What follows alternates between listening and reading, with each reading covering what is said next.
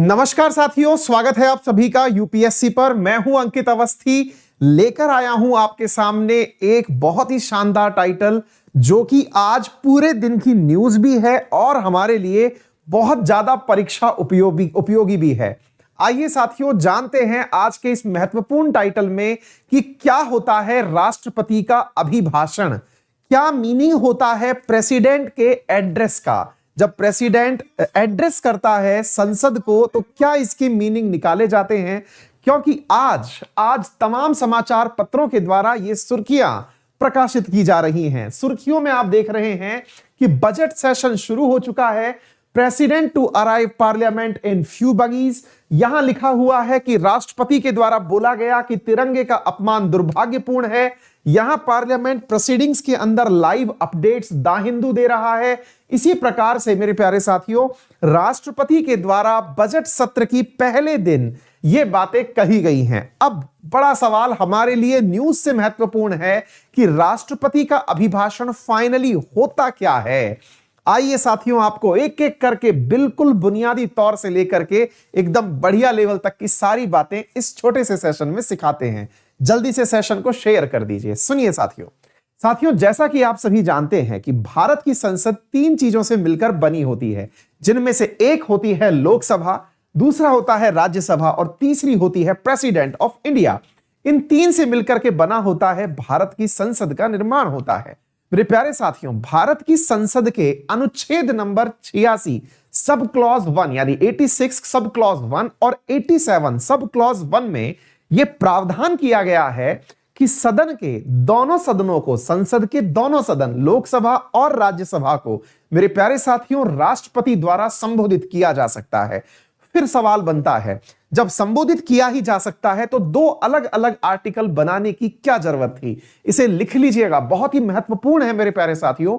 Article 86 के sub clause 1 के तहत राष्ट्रपति सदन के सदस्यों को कुछ कहने के लिए कभी भी बुला सकता है, यानी कि इस कार्य के लिए उसके पास कोई भी समय निर्धारित नहीं है। जब मन में आए, जैसे होता है ना कि मैंने आप लोगों की अभी क्लास लगाई और मैंने आपको कहा कि आ जाइए भाई, क्लास चल रही है।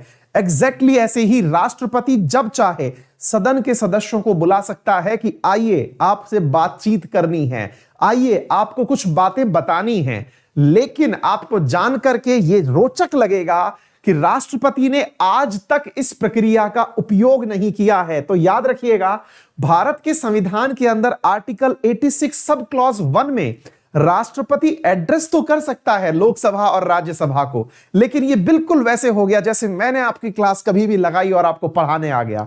एग्जैक्टली मेरे प्यारे साथियों, राष्ट्रपति कर सकता है, लेकिन ऐसे उसने शक्तियों का उपयोग नहीं किया है।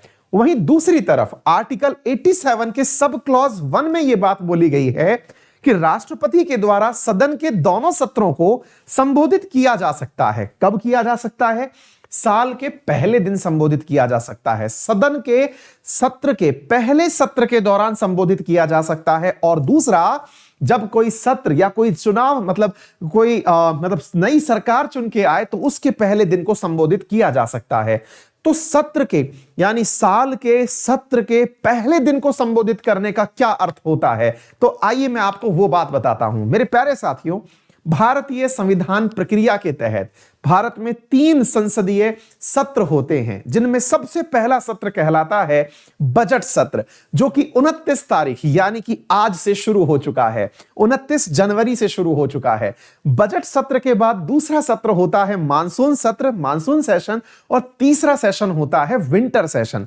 तो मेरे प्यारे साथियों, जब बजट सत्र चल रहा है तो इसका पहला दिन, दैट इज टुडे, आज राष्ट्रपति ने सदन के सत्र के पहले दिन को संबोधित किया है। बहुत ही लॉजिकल क्वेश्चन बनता है, सर राष्ट्रपति का संबोधन कैसे होता है? आए और आके बातचीत करना शुरू कर दिए या फिर हालचाल पूछना शुरू कर दिए कि बताइए भाई आपके साथ क्या चल रहा है? जी नहीं मेरे प्यारे साथियों, राष्ट्रपति अपने संबोधन में सामान्यतया वही बातें कहते हैं जो सरकार उन्हें बुलाती है। याद करिए, भारत के संविधान में आर्टिकल 74 में लिखा हुआ है कि भारत का राष्ट्रपति सलाह पर कार्य करता है, काउंसिल ऑफ मिनिस्टर्स के। यही कारण है कि सदन के सत्र के पहले दिन राष्ट्रपति वही सब बातें बोलता है जो सरकार उनसे बुलवाना चाहती है। और तो और समटाइम्स यहां पर राष्ट्रपति कुछ सरप्राइजेस भी दे जाते हैं। सरप्राइजेस का मतलब यह नहीं है कि वो अपने डिस्क्रिशनरी पावर का उपयोग करके कह देते हैं कि ये देखिए आज कुछ तूफानी करते हैं। जी नहीं मेरे प्यारे साथियों, यहां पर राष्ट्रपति द्वारा सरकार की कई ऐसी नीतियां जो अब तक कहीं भी नहीं थी उन्हें भी डिक्लेयर कर दिया जाता है। उसके कुछ उदाहरण जल्दी ही मैं आपको आने वाली स्लाइड्स में दिखाऊंगा। तो सबसे महत्वपूर्ण बात यह बनती है कि सर एक बात बताइए, राष्ट्रपति दोनों सत्रों में अलग अलग जाते हैं बोलने के लिए या फिर एक ही सत्र में बोल देते हैं सारी बातें? मेरे प्यारे साथियों, तथ्य याद रखिएगा, राष्ट्रपति के द्वारा दोनों सत्रों को, दोनों सदन को, लोकसभा और राज्यसभा को संयुक्त रूप से बुला करके एक ही बार में संबोधित कर दिया जाता है। भारत के वर्तमान में राष्ट्रपति रामनाथ कोविंद जी के द्वारा आज मेरे प्यारे साथियों इस सदन सत्र को संबोधित किया गया है। सवाल बनता है कि सर ऐसे सरप्राइजेस बताइए जब राष्ट्रपति ने लोगों को चौंका दिया हो, अपने द्वारा, अपनी नई नीतियों के द्वारा, विधायी नीतियों के द्वारा बता दिया गया हो। तो आइए मेरे प्यारे साथियों कुछ बातें बताता हूं।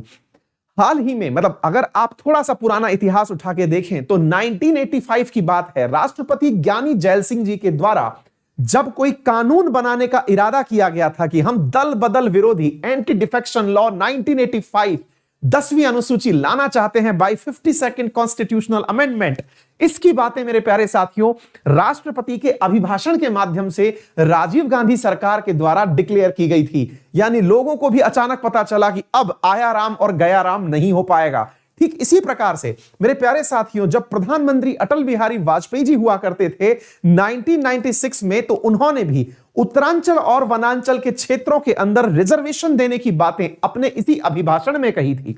ठीक इसी प्रकार से वर्ष 2004 में जब मनमोहन सिंह जी की सरकार हुआ करती थी तो अभिभाषण के दौरान ही यह बात डिक्लेयर की गई थी कि सरकार आपदा प्रबंधन के लिए भी कुछ नई नीतियां लाना चाहती है।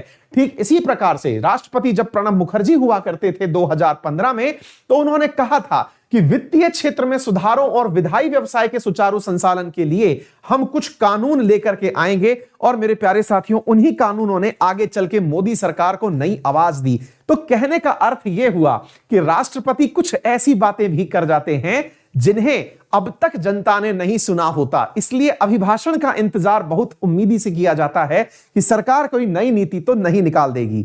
अब सवाल बनता है इसके बाद क्या होता है? इसके बाद होता है मेरे प्यारे साथियों चर्चा। राष्ट्रपति ने जो भाषण दिया उसके ऊपर दोनों सदन के लोग बैठ करके चर्चा करते हैं। चर्चा भी कहीं लिखी हुई है क्या? नहीं साथियों, संसदीय प्रक्रिया के अंदर नियम बने हुए हैं। लोकसभा में नियम नंबर 16 लिखा हुआ है और राज्यसभा में नियम नंबर 14 लिखा हुआ है, जिसमें लोकसभा के स्पीकर और राज्यसभा के चेयरमैन के द्वारा यह निर्धारित किया जाता है कि इस अभिभाषण की चर्चा किस प्रकार से की जाएगी, कितनी देर तक की जाएगी। इसके बाद में मेरे प्यारे साथियों लोकसभा के नियम 17 के तहत जब यह चर्चा संपन्न हो जाती है, इस चर्चा के बाद में मेरे प्यारे साथियों इस पर धन्यवाद प्रस्ताव लाया जाता है कि थैंक यू राष्ट्रपति महोदय, आपने हमारे साथ में इतनी अच्छी बातें साझा करी। मेरे प्यारे साथियों धन्यवाद प्रस्ताव के अंदर एक प्रस्तावक होता है जो इस प्रस्ताव को सदन के समक्ष रखता है। एक प्रकार का समझिए रेजोल्यूशन होता है जिस पर वोट होगा। इसके बाद में एक अनुमोदक होता है जो यह कहता है कि मैं इनकी बात का समर्थन करता हूं कि राष्ट्रपति जी ने बहुत बढ़िया बात की है। मेरे प्यारे साथियों इस प्रक्रिया के बाद फिर क्या होता है? इस प्रक्रिया के सारे पूर्ण हो जाने के बाद में जब यह धन्यवाद प्रस्ताव भी पारित हो जाता है तो यहां पर फिर चर्चा होती है। सदन में मंत्री के द्वारा अथवा प्रधानमंत्री के द्वारा एक भाषण दिया जाता है। उम्मीद की जा रही है कि मोदी जी भी जरूर यहां पर कोई भाषण जरूर देंगे और उसके बाद में मेरे प्यारे साथियों बजट की प्रक्रिया प्रारंभ होती है। तो 1 फरवरी को आप लोगों के पास में बजट की प्रक्रिया प्रारंभ होगी। याद रखिएगा जब धन्यवाद प्रस्ताव आता है तो उसके ऊपर मेरे प्यारे साथियों चर्चा होती है और वहां पर सरकार से कुछ सवाल भी पूछे जा सकते हैं। और जब सवाल पूछे जाते हैं तो सवाल का आंसर प्रधानमंत्री अथवा किसी मंत्री के द्वारा दिया जा सकता है। यह चर्चा बहुत ही महत्वपूर्ण होती है, यह याद रखिएगा मेरे प्यारे साथियों।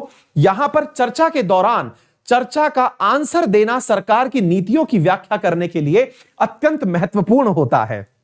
यह तो थी मेरे प्यारे साथियों कुछ विधायी प्रक्रिया। लेकिन अब आपके मन में क्यूरियोसिटी बनेगी, क्या सर भारत की संसद पहले से ही इतनी इंटेलिजेंट थी? या फिर हमने ये कहीं से लिया है? बिल्कुल सही सोच रहे हैं आप मेरे प्यारे साथियों। कहते हैं कि भारत की संविधान का निर्माण लगभग 10 देशों के संविधान में से अच्छे अच्छे पॉइंट निकाल करके किया गया है। जब बात की जाए संसदीय प्रक्रिया की तो मेरे प्यारे साथियों, भारत ने ब्रिटेन का वेस्टमिंस्टर मॉडल कॉपी किया है। और बात की जाए ब्रिटेन की तो हमारे यहां पर यह जो प्रक्रिया है, यह आप बिल्कुल सही सुन रहे हैं कि यह ब्रिटेन से ही आई है। असल में मेरे प्यारे साथियों होता यह था 16वीं सदी के अंत में, 16वीं सदी के अंत में ब्रिटेन में एक प्रक्रिया शुरू हो गई थी कि ब्रिटेन के राजा अथवा रानी के द्वारा ब्रिटेन की संसद को संबोधित किया जाता था। वही लीगेसी लेकर के गवर्नर जनरल और वायसराय भारत आए और उन्होंने भी ठीक इसी प्रकार से हमारी संसदीय व्यवस्था को संबोधित करना प्रारंभ किया। तो यह कहना बिल्कुल भी गलत नहीं होगा कि भारत ने यह प्रक्रिया ब्रिटेन से कॉपी की है। आगे बढ़ते हैं मेरे प्यारे साथियों, 16वीं सदी से आ रही यह प्रक्रिया भारत में धीरे धीरे बढ़ने लगी।